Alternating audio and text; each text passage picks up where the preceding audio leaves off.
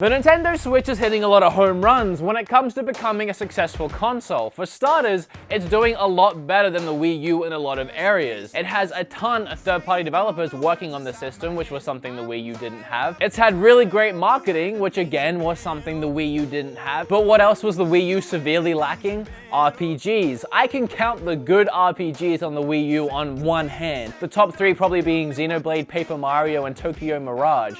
That and maybe 7 other indie titles was all we had in half a decade of the system's lifespan? Really? When RPGs are one of the most popular genre of video games of all time, I'm gonna put this hammer down before I break something. But the Switch is working to rectify that. It already has a ton of great RPGs on it, as well as a ton of great ones on the way that we've probably heard of already. But today, I want to talk about 10 that you might not have heard of, and you should definitely be excited about.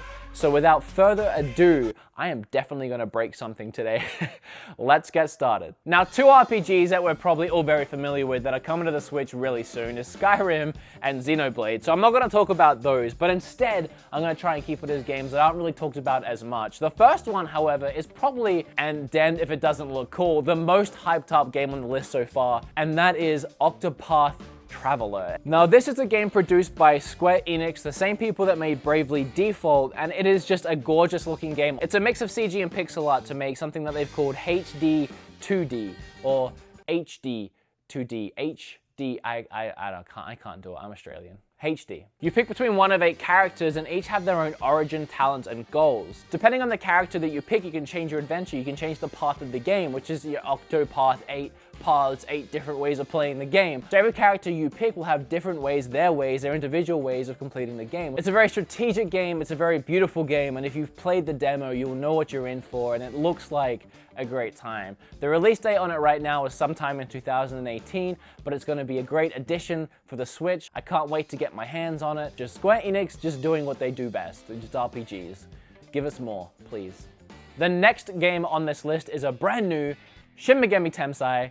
I hope I said that right. And we know almost nothing about it, but as a Persona fan, I'm very excited. And I know they're different things, but I haven't played a Shin Megami, and I'm obviously gonna play this because it's on the Switch. But I'm excited. So this game was first announced way back when the Nintendo Switch was revealed, and since then we've learned nothing about it. In fact, this month on about the 23rd, I believe, we're supposed to get the next blast of information on this game, hopefully a release date, maybe some more information on it would be nice, some gameplay, anything.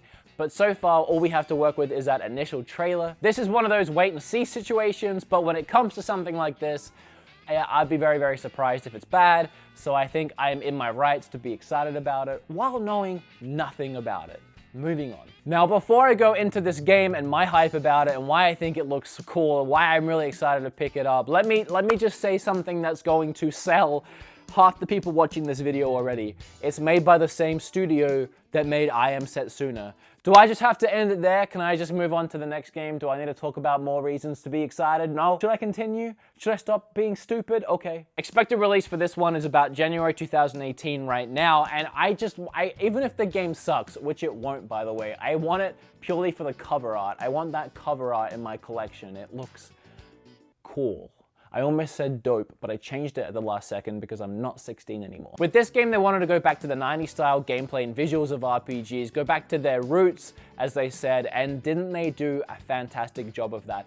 And I think it's a really, really great idea too, because when you think about it, it's kind of like a spiritual successor to I Am Setsuna. It's not a direct sequel, it's a spiritual successor. And what is more perfect than taking what their first game, which was kind of like a Chrono Trigger 16-bit era, and then making a spiritual successor, which is in the 90s era, which is in that next era of like PlayStation 1 RPGs, moving up. I think that's so perfect. It looks like they did a really good job at making a game that's gonna feel like playing an old school PlayStation 1 RPG, an old school Final Fantasy or something like that. Just watching the trailers, it's making me feel nostalgic for a game I haven't played, but it's throwing me back to that era, and I'm 100% sure that's exactly what they were going for, and they nailed it. So if you loved I Am Setsuna, if you love old school 90s RPGs, this is definitely going to be the game for you. I am excited for this one for sure. The next game is Dragon Marked for Death, which is actually a Nintendo Switch exclusive, which is the buttery, heavenly words that I want to hear soak into my ears. It has on online and local multiplayer with up to 3 other players. I think one other game on this list has multiplayer, but that's definitely something that makes this game shine and stand out from the rest of the games, is that you can play with your friends, which is something that you don't get to do in RPGs too often, and it's also something you don't get to do too often in gaming anymore in general. So for a Nintendo Switch exclusive, I think that makes a lot of sense. The same people that worked on this also worked on the Mega Man Zero series, which was actually a pretty cool series, so I'm very hopeful for it. I'm gonna play it with a couple friends. And Dragon Mark for Death. It looks pretty cool. The next game on this list is 9 Parchments, and that's actually the next multiplayer game on the list too, so great timing with that one. Now, I never played Magicka 2, but I've seen this game being compared to that one a lot, and what I have seen of both of them, they do look very similar, but from what I've read online, a lot of people are saying that this one looks more fun, it looks more enjoyable, it looks more simplified, but in that, more fun. I think the biggest attraction for me towards the game was you have all these crazy spells being thrown out everywhere, but if 2 players combined 2 of their spells, like fire and ice, they can create steam, almost like Ghostbusters crossing the streams. They can cross their magic streams and create this other spell to do extra damage onto their targets. And on top of that, the other thing that I thought was pretty cool was there's friendly fire. So while you have all these beams and fire and everything going around, you're trying to combine beams, if you have 4 players playing at one time and there's friendly fire on, you gotta be even extra careful not to hit those players. And I saw certain enemies with shields that were deflecting shots, so now all of a sudden you have all these people firing their stuff everywhere and some shots coming back, and you're still trying not to hurt your friends. I think there's a lot of cool elements in that can lead to a lot of chaos, but ultimately a lot of fun. So it's something that I'm definitely going to check out. Next up, we have a game called Earthlock Festival of Magic. Now, I've seen this game described as a mix of Torchlight and Final Fantasy. It's very Final Fantasy in its general look and feel, but with a more cartoony overtone. It has a really cool soundtrack, a lot of puzzle solving. Something I like about the game is you have a home world, a home base, where you can hang out, plant plants, keep maintenance, explore, sort of relax and chill out before you go into the world and start battling demons and other things. To me, especially with the visuals, not so much with the gameplay, but a little bit, it feels kind of unpolished, a little rough around the edges, but ultimately it's fun to play, and that's why I put it on the list. It's been out on Xbox One and PlayStation 4 for a while, so we know what to expect. It's not something that I would probably pick up a second time, but it's something that I had fun with the first time, so it's something that I wanted to recommend and let you guys know that it's coming to the Switch if you haven't played it yet. For those of you that have been watching the channel for a while, you know that I really enjoyed the last Paper Mario game, Paper Mario Color Splash for the Wii U. I thought it was a lot of fun. You'll also know that I've literally never talked about Steven Universe ever, and so I've talked about Adventure Time a little bit because I like Adventure Time a lot, but Steven Universe I never got into. I haven't seen any of it. I'm not saying it's bad, I've just never really got into it. However,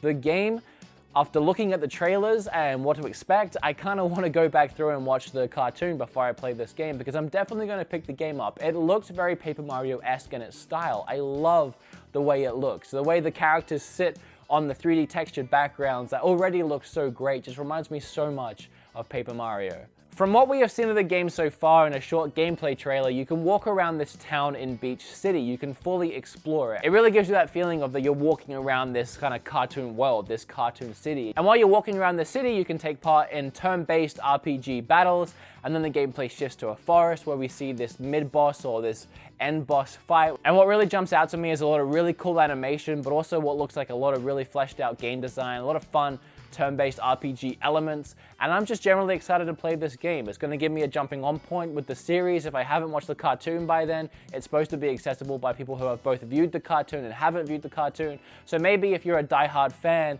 considering they have made it easily accessible, you might need to sit through a lot of stuff that you already know, that you're already very familiar with. It might seem a little bit tedious, but overall the game looks like it's going to be a lot of fun, and I'm definitely going to try it out, just purely for the art style.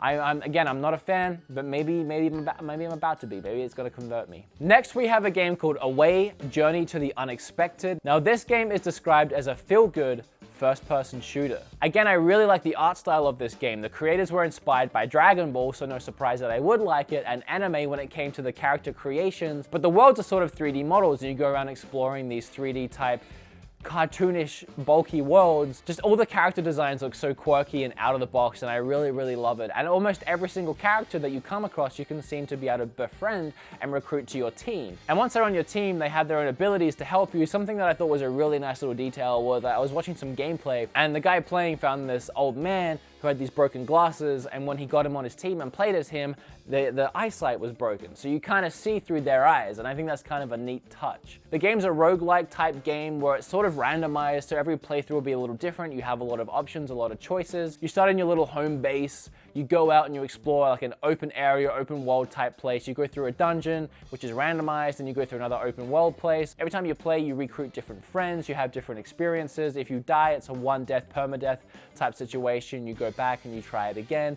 It looks really interesting. I'm gonna check it out purely because of the character models. I think they're really great, but it does look like a fun game, and it's one that I am excited for. Next up, we have a game called Game Chasers, Battle Chasers, Battle Chasers, Night War. This game was recently released on all systems. At least it was planned to be released on all systems. The Switch version has been delayed for whatever reason. So we are still waiting for the Switch release, but so far it seems to have gone down pretty well on the other systems. The game is based on a comic book series called Battle Chasers, and that bleeds into the game, both in the visuals and the gameplay. In my opinion, the visuals are lacking in some areas, but the colors are used really nicely in this game, and also the character designs are really cool. But the real standout here for me is the animation, especially during the battles. Again, the cutscenes are done in a comic book style, which I really like since it's based on a comic book. There is a lot to this game. Between creating weapons and items, there's a lot of levels of depth to the gameplay. Enjoyable game that starts to get a little bit boring near the end, but definitely worth picking up and trying out. Now, this last game is the one that I am most excited for, and that's Yik, if I'm pronouncing that properly, a postmodern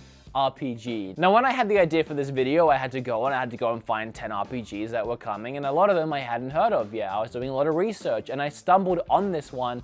This was the very last one I stumbled on, and this was the one I got immediately most excited for. There was a few that I was excited for, but this one was immediately the most excited. And the reason that for me, apart from the fact that I just love how quirky it is, how outside the box it is, I always love quirky things like that. I always love outside the box things like that. I have an immediate attraction to things that are different and weird.